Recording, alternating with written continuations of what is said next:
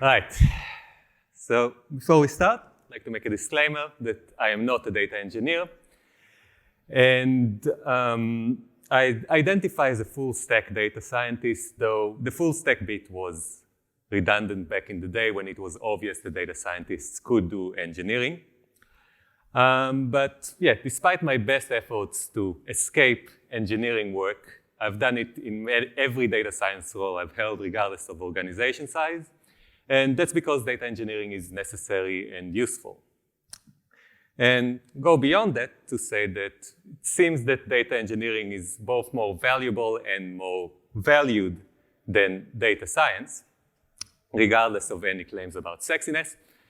And the reason, and as a bit of evidence for that, I had a look at Seek ads and found that there are about 3 times as many jobs paying in the 100 to 150,000 K range, which mention data engineers compared to data scientists. And when you go up to the $200,000 range, you get 4 times as many data engineering jobs as data science jobs. So don't know about sexiness, but as far as what the market values, data engineering is definitely up there. So I'm not a data engineer, not here to tell you that data science is amazing. Why am I here today? I'm basically just gonna give you 5 quick snippets and lessons I've learned over the past decades or so of data science and reluctantly doing data engineering. And before we get into that, I'd like to make another disclaimer that the lessons that I share may be completely obvious to some of you, or they may be better learned the hard way. I know that I often have to repeatedly learn the same things and different variations thereof to really make them stick. Right.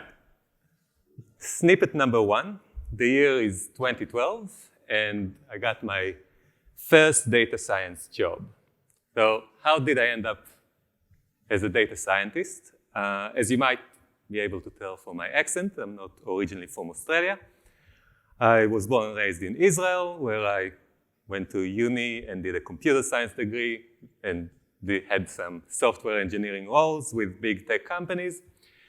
And then I decided to do a PhD at Monash. And there were 2 reasons behind doing a PhD there. First, I wanted to come to Australia, and it seemed like a nice, easy way of doing that. And second, I was already getting a bit bored with plain old vanilla engineering, and I thought, oh, if I do a PhD, I'll be less employable, but maybe do some more interesting work. And my PhD was it was titled AI, but it was natural language processing and various other things, and really data science before it was data science, before it had the cool data science title. So when I finished my PhD, I was like, what do I call myself? I called myself a software engineer with a research background. And was looking around, having worked with big tech companies. I was kind of tired of that, and I wanted to try the startup world. So a bit of networking around the Melbourne startup scene. I ended up with a job with a small startup called Giveable, and they gave me the title data scientist, which was great timing because 2012 was, as we heard earlier today, the year that Harvard Business Review declared the data scientist is the sexiest job of the 21st century. And yeah, it's ridiculous. And Melbourne was also a great place to be because it had a pretty good community with, that was the birthplace of Kaggle, so a bit ahead of the curve of the data science hype wave. And so what was Giveable about? These was the wild old days of the Facebook API, where if someone gave you permission to access their account, you could suck in a whole lot of data about all of their friends. And the idea behind Giveable was simple: just use that API to recommend gifts to the friends of the users. And I was the first data scientist on the team. I was also the first employee. So basically, it meant I was doing a lot of backend engineering. But I was happy with that because part of my PhD was on recommender systems. And I was like, I want to do hands-on work. I don't just want to write papers about recommender systems that don't ever see real users. And at the time, there was this shiny new database called MongoDB. And the founder tinkering around, and we built basically the backend on top of MongoDB.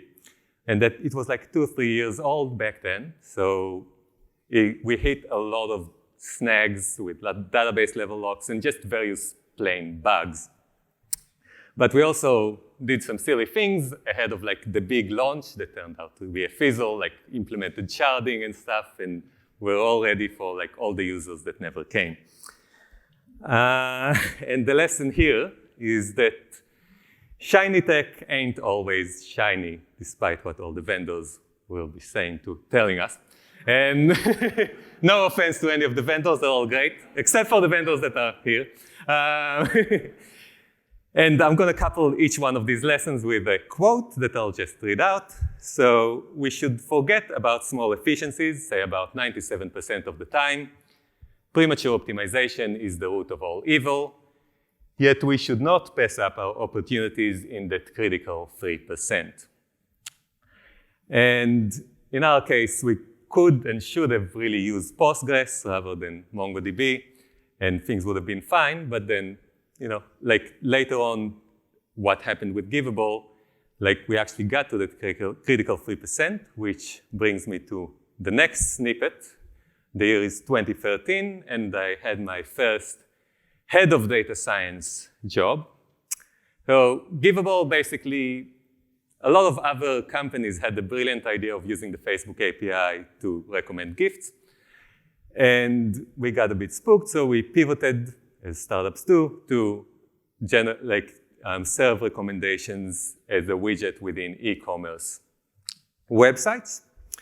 And the founder ended up leaving the company, and we ended up returning the money to investors because of various details.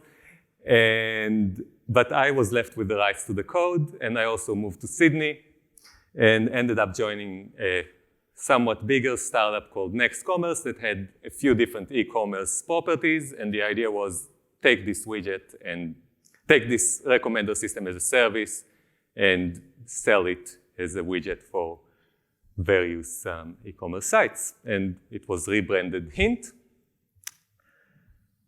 And yeah, got my head of data science title, and it meant that I was doing a lot of engineering. And it was essentially a tech lead role to get Hint off the ground. But the difference between Givable, that never really got much traffic, and Hint is that Hint actually got real traffic as soon as we launched, because when you stick a widget on an existing site that has a lot of traffic, you get a lot of traffic. And the backend stayed, was based off the same backend with MongoDB and all that. I think we removed the sharding. But what we did was track every recommendation and every interaction with the recommendation in the same database, which meant that as soon as we got a lot of traffic, the collections and indices started growing very rapidly. But the timing there was pretty good because in November 2013, AWS came out with Kinesis. And also around the time of the launch, Jay Krebs, who's one of the engineers from LinkedIn behind Kafka, published a very thorough blog post on the log, which is basically the principles behind Kafka. And sort of learned the lesson from the first round and tinkered a bit with Kinesis, but it was pretty immature, and just decided to take these principles that I learned about from the log and implement an event logger based on MongoDB and S3, and that was good enough for our needs at the time. And the lesson here is that shiny tech can be transformative, but it really is the principles behind the tools that matter. And the quote that goes with this is that as to methods, there may be a million and then some, but principles are few. The person who grasps principles can successfully select their own methods, and the person who tries methods ignoring principles is sure to have trouble. And this is a quote from over 100 years ago. I think definitely applies today, when we have many, many more tools to play with, but really not as many principles. Right, snippet number 3. Here's 2015. I'm still in Sydney, doing my first enterprise consulting stint. So with Next Commerce and Hint, I stuck around for a while, but then I decided I wanted to leave and work on my own product ideas and do some freelancing to fund that work. So I ended up with a part-time contract with a big enterprise company in the Sydney CBD. And I was quite hopeful because I thought I'd be doing real data science work because I was on a team of over 20 data scientists. We were supported by over 100 data engineers, and the way the team worked, we were going around the business and doing various internal consulting engagements, trying to data science all the things. But still, there was plenty of engineering that was needed to get things done. But unlike startup land, getting nothing done was also totally fine.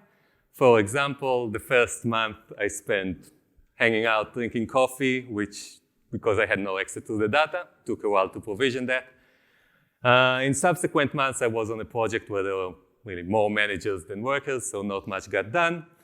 But then I managed to get on a project where, after a bunch of meetings, I managed to get an experiment live in production, which was kind of unheard of. And that was partly, it required quite a bit of work to get it done because we had, even though we had all these data engineers and an internal platform, it seemed that some data engineers, at least to us as data scientists, favored playing around with functional programming over doing things that were useful for our needs as data scientists. And it really isn't about any specific people. It's just the bad incentives and structures that end up happening in large-scale organizations. But what happened was that instead of figuring out how to use Haskell to do machine learning and build everything from scratch because there are no libraries, I built my own little Python pipeline to get machine learning in production there. And yeah, I learned this morning that this is shadow IT work. So and the pipeline was still in use after I left, which was pretty cool.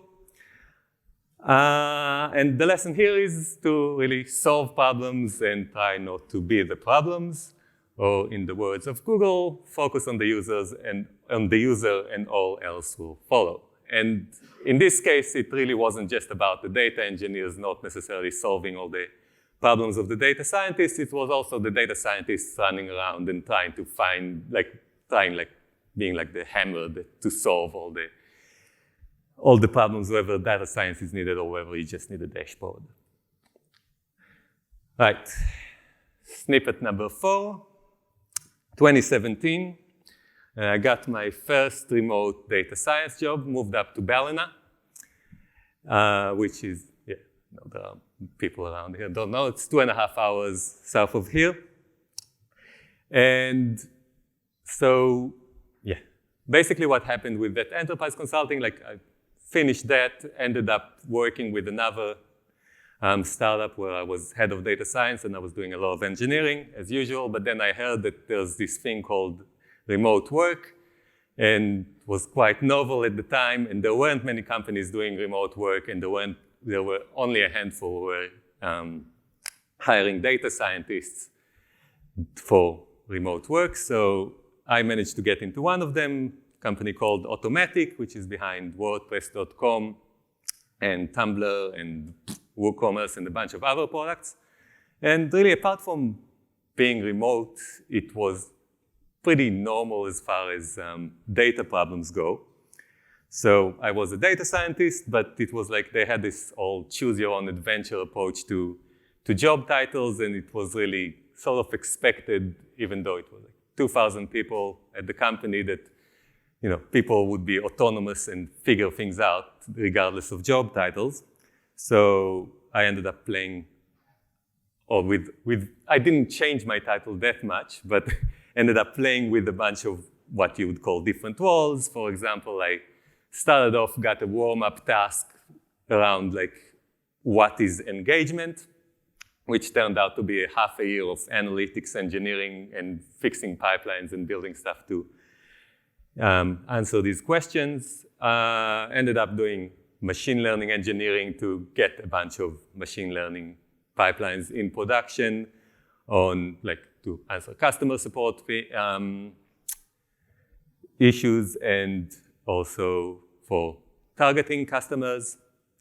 And the last fancy title I adopted was Causal Inference Tech Lead, and that was basically working on the internal experimentation platform, because there was with over 15 years of legacy code, there were many, many different ways to run experiments and A/B tests, and the idea was to unify them all and have best practices across the business. And that was really full stacky, because I've gone from one day could be doing Python, Scala, and PHP on a crappy backend and various other things. But yeah, I really found that as also echoing Mickey's talk, it's being able to speak and do engineering and ops was really helpful in getting data science to production, because especially when collaborating with other data scientists who came from more of the analytics side of things in academia. And yeah, I found, being there for 4.5 years, went deep into many, many data rabbit holes that apparently come from not having data contracts. But for example, there was one sneaky bug around A/B tests where users were seeing both the A and the B. And one of the engineers was insistent that there's nothing you can do about it. It happens sometimes. It's I kept prodding, and then it was okay, we actually have a bug that means that half a year of data is crap. So the lesson here is that you should try to go deep, and regardless of the trustworthiness and best intentions of the people you're dealing with, you should trust the data, but always verify. And that is because given enough eyeballs, all bugs are shallow. And it really is about not just staying in your cellar. If you're a data engineer, it's worth getting interested in what the data is about. And if you're a data scientist, also caring about how things work in production as far as the pipelines go. Right. Last snippet, my first committed climate and biodiversity moves. So after 4.5 years at Automatic, and with COVID, it became a bit less fun not seeing my colleagues ever in person. I ended up leaving at the end of 2021 and also moved to Brisbane around the end of 2019 because my partner and I moved in together, and we missed city life, which meant we came in end of 2019 and got into lockdowns. Those were fun. But yeah, basically some recent highlights is I'm kind of trying to embrace the fact that I'll always be doing 90% engineering. Most recently, I worked with a startup where I was a lead data scientist, but I was building a lot of data pipelines, and you know the story. I've been trying to help along with as an engineer, where with smaller organizations where really it's a lot of applications on just getting the data right. So engineering, and I'm doing freelancing and also exploring products in the space, and it really is quite the luxury of being able to explore and the fear of uncertainty as well. And yeah, the lesson here, and probably from previous ones as well, is that the tech that we use and the titles that we use to communicate are really tools and should focus on what matters, and what matters to me might not matter to you, and vice versa. And when getting involved in these bigger problems like climate change, it's important to remember that you are not obliged to complete the work, but neither are you free to desist from it. So that brings me back to why I'm here today. And yeah, as I said, freelancing and stuff. So, actually, I'm speaking way faster than I thought. I'll slow down.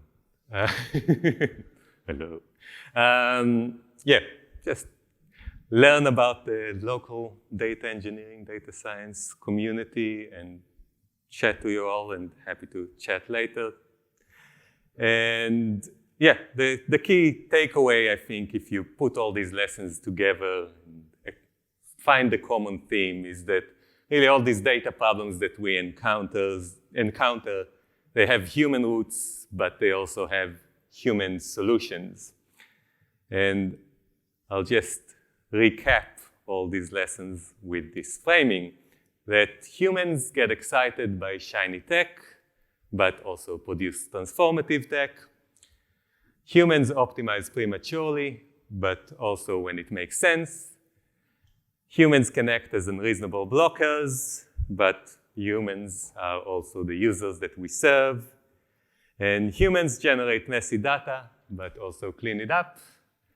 And as humans, we get distracted by shiny tools, but we can also use them for beneficial ends. And yes, I actually have time, so. No, we can do questions. Anyone?